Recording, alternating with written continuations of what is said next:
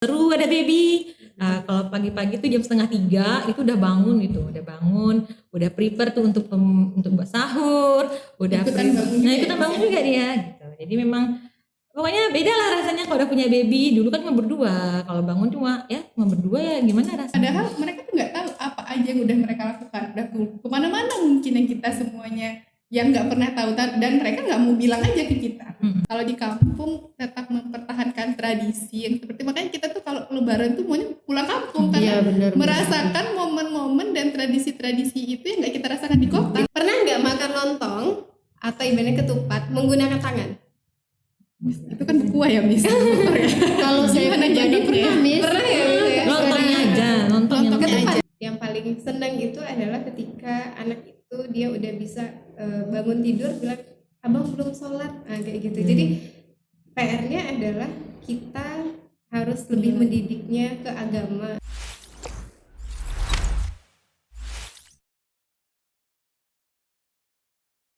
Assalamualaikum warahmatullahi wabarakatuh.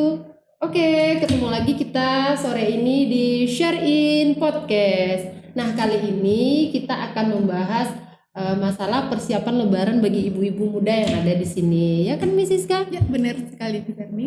Oke, sebelumnya Miss perkenalkan dulu. Miss hari ini ditemani oleh Miss Siska, Miss Reni, Miss Yuni. Oke. Tapi sebelum kita lanjut, jangan lupa untuk subscribe channel YouTube kita, dan jangan lupa like dan komen juga ya. Iya, bener banget. Oke, kita mungkin langsung saja Miss Siska ke Miss Reni, karena kebetulan memang Miss Reni ini tahun ini alhamdulillah dikaruniai Anggota keluarga baru ya, Miss. Iya, bener banget. Jadi apa pengalamannya, Miss, di tahun ini sebelum ada Rashdan dan sesudah ada Rashdan? Rashdan ya, Miss, namanya? iya benar. Nah jadi sebenarnya ini nih gimana ya, perasaan ini perdana punya baby. Tentu ada perbedaan dengan tahun lalu dan tahun ini. Iya, Nah pastinya kalau tahun lalu tuh persiapannya nggak seperti tahun ini. Tahun lalu itu hanya berdua. Kalau tahun ini ibaratnya udah mulai dari semua persiapan pakaiannya, mulai dari persiapan makanannya, karena kan rasanya juga udah 6 bulan kan. Nggak terasa ya, Miss, ya? Nggak terasa.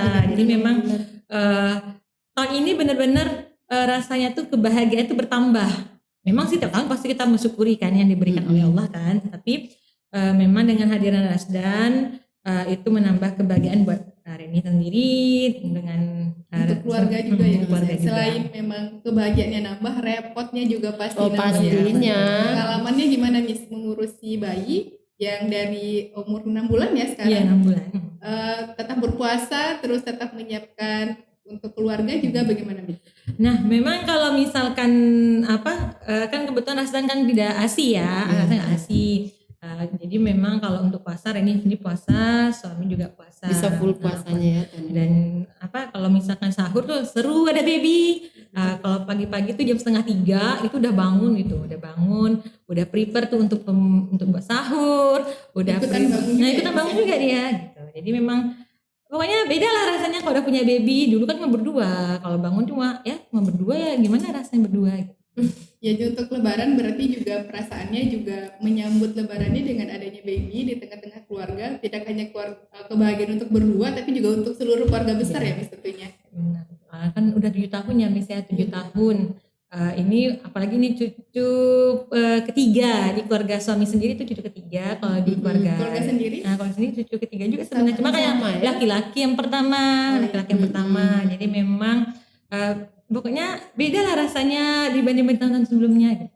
Paling nggak untuk tahun ini nggak ditanyain lagi sama keluarga bagaimana, udah ada momongan begitu ya, Miss ya? Biasanya kan kalau tiap tahun kan rasanya tuh ada rasa kecil hati ya. Ini untuk semua ya, untuk semua tolong buat yang di luar sana jangan sampai kita menanyakan hal-hal yang sensitif, terutama bagi pasangan yang sudah menikah ataupun yang belum menikah. Karena beda rasanya posisi ketika pasangan itu belum dikaruniai keturunan.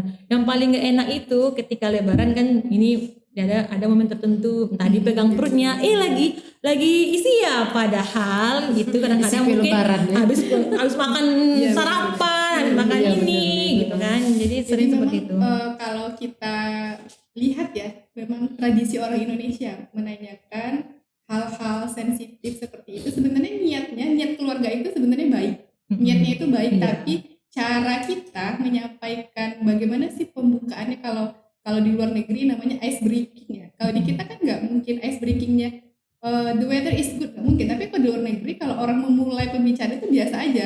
Oh, cuaca hari ini cerah ya. Kalau kita kan nggak mungkin cuaca hari ini cerah ya, agak aneh. Sebenarnya lebih ke culture masyarakat kita yang, tapi belakangan kesini tuh isu-isu seperti itu mulai diangkat, seperti case jangan bertanya kepada orang lain hal-hal yang sifatnya sensitif, seperti apakah orang sudah punya keturunan, kemudian kapan menikah, dan pertanyaan-pertanyaan sensitif lain yang muncul di keluarga ketika lebaran, di mana bekerja, gajinya berapa, nggak nambah anak.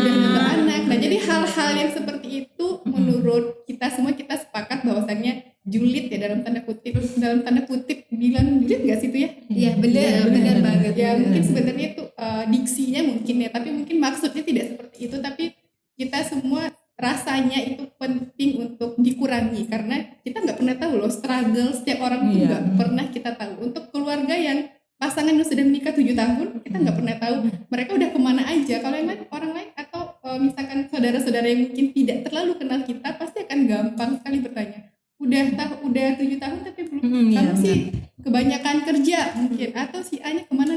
Padahal mereka tuh nggak tahu apa aja yang udah mereka lakukan, udah kemana-mana mungkin yang kita semuanya yang nggak pernah tahu, dan mereka nggak mau bilang aja ke kita. Sebenarnya itu, jadi mungkin hal-hal yang seperti itu yang di lebaran selalu ketemu ya, dimanapun di belahan Indonesia kayaknya ya, itu tuh pasti selalu ditanyain. Makanya kita juga perlu rasanya mengurangi hal-hal yang seperti ini untuk sering ditanyakan, walaupun niatnya baik, tapi ya mungkin ini jadi edukasi untuk kita semua agar kita mulai kurangin hal-hal yang seperti itu. Kita mulai aja nanya yang sifatnya biasa, mengalir, dan penuh manfaat. Ya nggak? Sepakat nggak? Ya, sepakat. Bener banget. Jadi intinya polanya adalah tetap menjaga hati ya. Ibaratnya mungkin pertanyaan itu muncul, nah akibat dari adanya mungkin tidak ada kamus dari bahasa lain mungkin ya, mungkin udah lama nggak jumpa. Nah jadi nggak tahu nih mau ngomong apa. Jadi intinya itu yang ditanyain gitu ya. Harusnya kan nggak langsung itu. Nah beda case-nya, ya, mungkin beda case-nya kalau orangnya sendiri yang mau cerita, itu kan beda cerita. Kalau misalkan mereka yang mana tahu, kadang ada orang yang nyaman untuk membicarakan hal-hal sensitif untuk mereka, itu mereka nyaman cerita ke keluarga ataupun even ke orang baru mereka kenal, mereka nyaman. Tapi banyak juga orang yang nggak nyaman gitu, tergantung case-nya. Kalau orangnya mau cerita, kita dengarkan. Jangan ibaratnya inisiatif atau idenya itu muncul dari kita untuk bertanya seperti itu. Benar nggak? Iya, benar. Kalau Miss Yuni gimana nih untuk lebaran tahun ini? Bedanya apa? Tahun ini lebih bedanya sih, kalau tahun lalu kan itu kita masih COVID ya.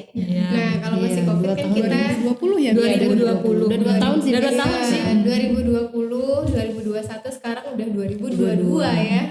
2022 kan sekarang itu udah ada kebebasan ya untuk kita bisa milih mudik ya. Nah kalau yang tahun lalu itu masih dijaga-jaga nih gitu. Apalagi tahun lalu itu kan saya masih ngandung ya posisinya. Lagi ngandung 2021, baby kedua gitu ya. Nah kalau mau memutuskan untuk pulang kampung, nah otomatis kan kita harus mikir nih dalam kondisi ngandung, bawa anak yang ibaratnya masih kecil juga gitu ya, masih 2 tahun lagi kan beresiko lagi ngandung lagi gitu kan itu sangat perjalanannya beresiko. gimana Miss? Darat, laut, udara? Tentu kalau kami, nah itu kan karena ibaratnya suami itu dia memang Bengkalis ya, berarti itu kan lewat laut ya. Kalau laut berarti kan kita masuk lewat kapal. Nah berarti akomodasi laut, artinya ketika kita membawa sebuah akomodasi ataupun transportasi di sana, kita memasukkan mobil ke dalam kapalnya. Nah tentu yang paling diwanti-wanti itu adalah crowdednya. Bayangin aja kapal yang segitu kecilnya dimasuki atau diserbu oleh orang dari berbagai penjuru gitu. Kapal masuk mobil berarti maksudnya kalau yang mau mudik ke Bengkalis itu rata-rata bawa kendaraan apa gimana Miss? Mayoritas bawa kendaraan. Gak kebayang juga kapal terus masuk mobilnya masuk ke dalam kapal gitu. Lu antriannya lagi berarti Ngantri, di sini ya. karena ibaratnya di situ kan kapasitasnya biasanya berapa ya Miss kalau mobil begitu? Kan saya mungkin lihat kapalnya pernah ya, kapal yang ada dalam bayangan itu kapal Titanic ya, apakah kapalnya seperti kapal Titanic gitu, mobilnya masuk gitu ya? mobilnya kan masuk, tapi ibaratnya kapalnya sebesar apa gitu ya. Nah paling memuat sekitar 20 mobil atau 30 mobil, nanti dia selipkan di dalamnya. Itu kan mobil tuh ada banyak macamnya, ada mobil truk, nah nanti ditambah lagi ya truk masuk, otomatis kan ibaratnya yang ibaratnya komoditi seperti beras dan lain sebagainya itu kan ibaratnya dimasuki atau diimpor lah ibaratnya, atau didistribusikan lah lebih tepatnya, didistribusikan nah lewat akomodasi laut, jadi masukin ke truk itu. Jadi ketika di truk itu tuh udah dibawanya masuk ke kapal, nah mobil kecil, mobil besar, baik itu nanti sepeda motor, nah mau orangnya cuma bawa badan aja itu tetap ngantri beli tiket. Nah itu dia. makanya mudik di Indonesia itu jadi hal yang unik ya. Makanya kalau Lebaran 2 tahun ini kita sepi ya, nggak ada report mudik ya. Tapi tahun ini kita akan dengar lagi adanya laporan khusus mudik, laporan arus balik. Iya, udah mulai nih Hamin 7 udah. Jadi biasanya nggak tahu ya, mungkin mudik ini di negara kita memang unik ya. Kayaknya mudik kita apa cuma di negara kita atau di negara lain ada juga kali. Mungkin namanya nggak gitu kali. Cuman kalau kita kan orang Indonesia kan negara pulau dan orang-orang perantau, jadi masif ya perpindahannya, dan selalu ada cerita-cerita lucu di balik mudik ya. Kalau kita lihat di YouTube atau tayangan televisi, kenapa pasti ada hal-hal menarik ketika mudik. Misalkan ada yang mudik bawa apa, kalau kayak di terminal kebiasaan kalau misalkan mudik kalau di bandara itu bandaranya luar biasa penuh, ada yang bawa tikar, apalagi di stasiun. Kalau dan tambah lagi mudik itu luar biasanya bagi orang Indonesia. Kalau mudik rasanya semuanya mau diangkut. Aida bawa ayam. ya bagi Miss Yuni anaknya 3 kan, Rempong 2 sekarang masih 2, belum 3 ya. menuju 3 Dan di dalam kapal juga harus bareng-bareng sama yang lain ya. Iya benar. Tentu ibaratnya sebetulnya ya, apapun yang kita lakukan itu, nah inti sarinya adalah momen kumpul dengan keluarga. Itu sih yang paling penting. Makanya kalau momen Idul Fitri itu memang luar biasanya. Dari mana aja keluarga tuh rasanya kumpul. Ada keluarga yang mungkin baru ketemu satu kali setahun baru kumpul. Ada yang udah lama nggak kumpul. Iya benar. Memang ketemunya pas di momen Idul Fitri.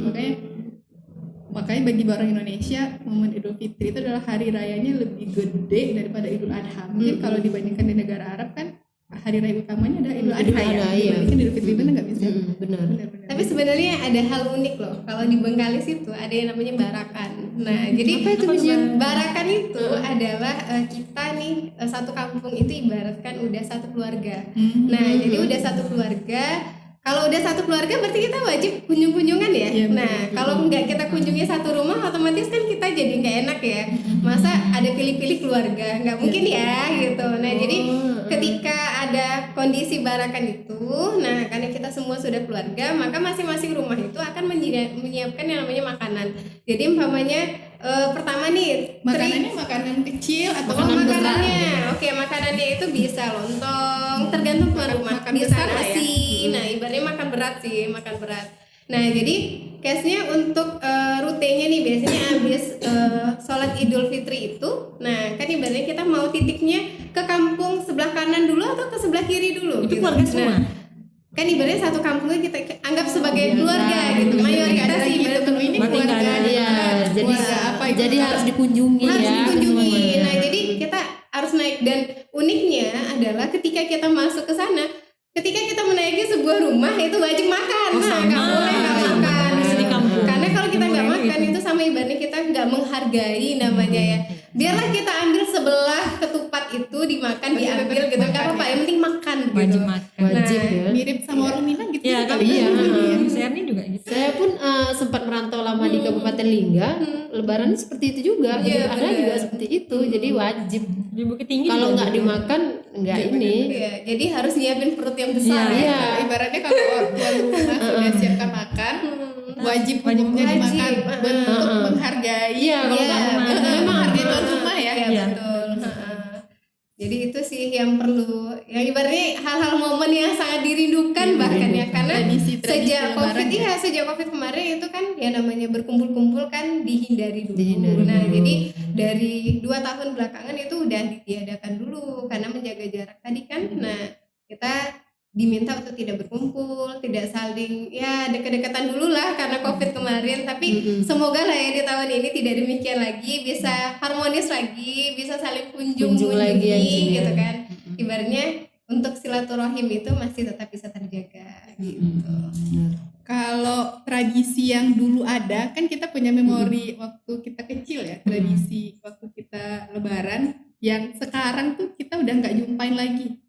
Bisa ada nggak gitu? Miss Erni ada nggak ya momen-momen yang tradisi lebaran zaman dahulu waktu Miss kecil atau pernah Miss rasain terus tapi sekarang tuh udah nggak ada lagi gitu, ada nggak? Yang atau dia sudah bertransformasi gitu. Misalkan kalau saya tuh kalau di kampung saya ada tradisi ngantar pakai rantang itu ke rumah. Oh iya, masih kalau di kampung Miss. Kadang tuh tradisinya itu udah banyak yang mulai bertransformasi, udah isinya udah diganti atau ada juga mungkin kalau versi modern itu hampers kali ya. Iya. Cuma kalau hampers kan versinya orang nggak ikut. Kalau ini kan kalau rantang kan orangnya ikut tapi tradisinya tuh udah mulai bergeser. Kalau misalnya ada nggak atau dari dulu sampai sekarang tetap ada atau udah mulai berubah formatnya gitu, ada nggak? Kalau misalkan di Pekanbaru itu kan modelnya kan Pekanbaru tuh kan. Nah, jadi nggak ada sih sebenarnya tradisi itu, tapi biasanya itu tuh jadi di kampung. Iya, kalau di Tinggi. kampung memang masih. Nah, kalau palingan kalau di Minang Menjalang namanya. Iya, benar. Menjalang namanya. Tapi kalau di Pekanbaru nggak ada. Pekanbaru masih hanya sebatas palingan cuma bawa kue, roti untuk mertua ada di Kalau di kampung tuh unik juga Iya, lagi. pakai rantang. Dan justru harus ada harus 4 bolu rantang yang ya. memang bolu Buletan yang ya, itu. buletan. Iya. Potong ya. Iya. Dan biasanya kalau kita ke keluarga yang memang lebih dekat itu isi rantangannya diisi balik. Iya. Biasanya Iya, datangnya ringan, pulangnya jadi berat. Iya. Iya, Isinya kalau di saya, kalau di keluarga kami itu isinya kan ada 4 ya. Yang pertama tuh isinya beras. Iya, nasi. Beras, terus Nasi. yang kedua tiga empatnya baru Ada sambal. ada Rendang. kembang loyang, Kembang terus loyang. baru kue-kue yang segala macamnya. Tapi nanti pulangnya kalau misalkan keluarganya cukup dekat tuh ada yang ngisinya, nanti ada yang ngisi beras lagi 4-4-nya ada juga. Kalau misalkan lagi pulang padi, kalau orang di kampung kan pulang padi, diisinya beras yang 4-4-nya atau Itu kue-kue. ya atau kue-kue atau kalau mereka punya kalau punya itik, kalau punya ayam diisi telur atau gitu. Jadi kalau Idul Fitri itu sebenarnya momen memang tidak hanya kita merindukan kumpul keluarga, tapi tradisi-tradisi yang kita mungkin ada yang sudah hilang, tapi ada juga yang tetap terus bertahan hingga hari ini. Walaupun sebenarnya kalau orang di kota sebenarnya intinya nggak mau ribet ya, tapi sebenarnya Iya. nggak mau yang penting kalau datang ya udah bawa yang simpel. Tapi kalau di kampung tetap mempertahankan tradisi yang seperti, makanya kita tuh kalau lebaran tuh maunya pulang kampung Iya, karena benar. merasakan momen-momen dan tradisi-tradisi itu yang nggak kita rasakan di kota. Di kota. Benar. Karena di kota ini kan ibaratnya udah mulai Individu memudar ya. ya, memudar. Pernah nggak makan lontong atau ibaratnya ketupat menggunakan tangan? Itu kan buah ya, Miss. Kalau saya Gimana pribadi jadinya? pernah, Miss. Pernah ya? Gitu ya? Lontongnya aja, lontongnya. Lontongnya Ketupat aja. enggak? Ketupat. Memang pakai tangan. Pakai kuah gulai gitu. Tapi Pernah bukan- nggak? Iya pernah, tapi Pernah ya? tapi Oke. waktu di Lingga Di Lingga memang. pernah ya? Berarti Memang Galis. Melayu. Iya, Oh, Melayu berarti. Melayu Tradisi sepertinya. Melayu. Jadi gini, awalnya kan ketika saya menikah gitu ya, saya kan ibaratnya di kampung saya ataupun di ibaratnya Pekanbaru kehidupan ya. saya Iya. gitu ya, di Pekanbaru sini itu nggak pernah saya jumpai Ya demikian. nggak pernah mau Makan lontong pakai sendok, pokoknya berkuah-kuah pakai sendok Iya, gitu ya. iya. Nah jadi ketika di sana awalnya saya kaget gitu. Iya kaget gitu. Mau minjem sendok nggak enak ya. Sendoknya Ini nggak ya, ada gitu kan. begini. Nah tapi ternyata itulah adat ya. Ibaratnya ketika kita sudah berada di suatu daerah, Iya. maka nggak mungkin kan kita beda sendiri ya. Malah mereka menyediakan kobokan. Iya kan? benar, Iya, disediakan Miss. kobokan. Jadi kita silakan diambil. Jadi yang disediakan sendok itu hanya di tempat wajan untuk ibaratnya kayak apa sih namanya? Ya gulai. Ya gulai-gulainya Iya. lah gitu. Nah untuk tempat gulainya disediakan sendok, tapi untuk ketupatnya enggak, udah dibelah-belah kan, tinggal kita mengambil sebelah atau mengambil satu Iya. itu boleh gitu. Ya, itu memang tradisi Melayu Iya sih di sini. bener, ya. Nah, itu sih uniknya gitu. Awalnya kaget kan ya, tapi ternyata itulah yang namanya tradisi. Ya mungkin kita nggak pernah jumpai itu, tapi di belahan dunia sana ada yang seperti itu gitu. Belahan daerah ya. Iya belahan daerah gitu. Itulah uniknya Indonesia. Iya bener. Mungkin kalau kayak kita ke Papua mungkin beda lagi Beda ceritanya lagi, kan. pasti, iya. Heeh. Mungkin nih teman-teman nih ada yang case-nya dari Bengkalis atau dari daerahnya masing-masing yang punya cerita, boleh nih ibaratnya itu kasih ceritanya juga di komen dari YouTube kita ya. Nah, jadi bisa saling tukar-tukar info gitu. Ataupun dari daerah lain mungkin. Iya, ya, benar. Tradisi Tradisi lebaran di lebarannya. kampung bagaimana? Nah, oke, terakhir nih kita mau bahas, kita discuss tentang kesan yang kita paling ingat ataupun hal-hal yang paling kita rasakan berbeda tadi selain yang tadi, tapi secara personal gitu. Nggak cuman case-nya di Idul Fitri aja, tapi lebih ke personalnya tahun ini itu apa yang mau diharapkan selain jawabannya tentu kita lebih baik ya, itu sudah pasti tentu. Miss Erni deh duluan. Apa ya Miss ya? Mm-mm. Yang jelas sih kalau saya kan pada prinsipnya kan pengharapan itu kan sekarang udah hitungannya keluarga gitu, maksudnya lebih ke untuk anak-anak gitu. Apalagi 3 tahun terakhir kan memang saya sudah dikaruniai 3 orang anak, jadi memang lebih kepada ya pengharapannya lebih ke anaknya bagaimana gitu, terus lebarannya untuk anaknya bagaimana. Kalau pribadi sih ya mungkin bahasanya ini ya mungkin berharap lebih baik lagi untuk kedepannya. Kalau misalkan kalau dulu tuh doanya lebih ke individualis Iya, ya. Jadi kalau sekarang lebih ke yang sifatnya ke kesehatan. Iya, kesehatan. Dulu mungkin kita tuh lebih pengharapannya ke hal-hal yang sifat individualis, materialistis ya. Iya, Terus tapi kalau seiring bertambahnya usia, standar-standar ketika masih umur masih muda ya, walaupun kita sebenarnya masih muda ya, cuman standar-standar dan pergeseran itu tuh sebenarnya masih kita rasakan, atau nggak tahu ya, saya merasa ya nggak tahu ya, dengan anak 3 tuh berasa umur gitu. Kadang lihat ponakan gitu atau keluarga dulu, memorinya ini anak masih SMP gitu, terus tiba-tiba ternyata udah kuliah, udah punya anak. Berarti memang waktu itu berjalannya sangat cepat. Dan kita juga padahal sebenarnya kita berada dalam pusaran waktu, tapi sebenarnya kita tidak tahu kita tuh sebenarnya udah sejauh ini melangkah, tapi kita terkadang lupa. Makanya kita pengharapan kita lupa sebenarnya jalan yang udah kita tempuh tuh sebenarnya udah jauh, tapi kita kena kesibukan ke anak, kerjaan, ke keluarga ya, ke hal-hal yang sifatnya begitu ya. Kalau Miss Yuni gimana, Miss? Kalau ini sih ya sama ya, namanya kita udah berkeluarga, pasti harapannya yang terbaik untuk keluarga kita. Ya terkhusus sih buat si bocah-bocah gitu ya.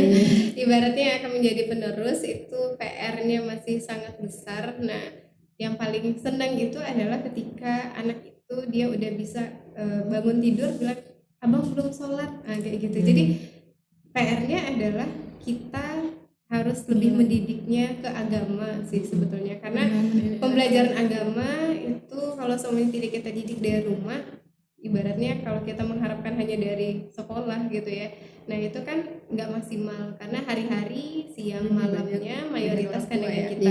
Jadi harapannya bisa menjadikan anak kita itu menjadi anak-anak yang lebih soleh, karena saya 2 laki-laki ya.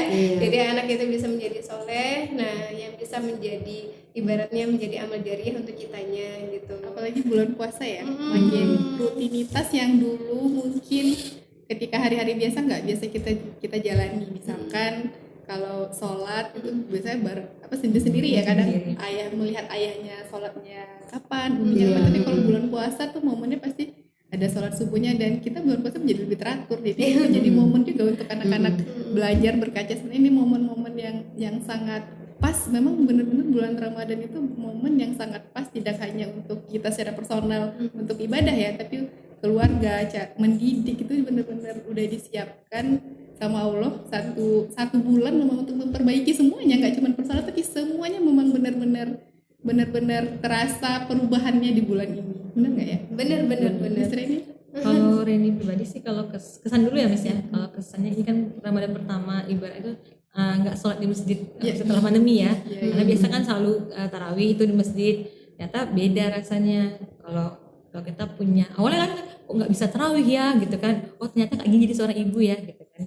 Tapi setelah baca artikel, ternyata kan pahala kita mendidik anak di rumah ketika Ramadan juga dilipat gandakan, kata seperti itu. Nah harapannya mudah-mudahan diberikan kesehatan, bisa bertemu dengan Ramadan selanjutnya, dan nambah anggota mudah-mudahan kan. Amin. Karena kan juga kan ibaratnya kan ini Planning ya, mudah-mudahan selanjutnya. bisa menambah anggota baru lah. mudah-mudahan. Apalagi apa ya, kalau bahasa ke masjid tadi, apalagi di kita anak-anak dibawa ke masjid itu masih pro dan kontra. Iya, udah, benar Bro. banget, Itu Miss. Jadi kalau dibahas itu menjadi lebih panjang, memang. Banyak akan ada kubu, kita akan terbelah menjadi Iya. kubu ya.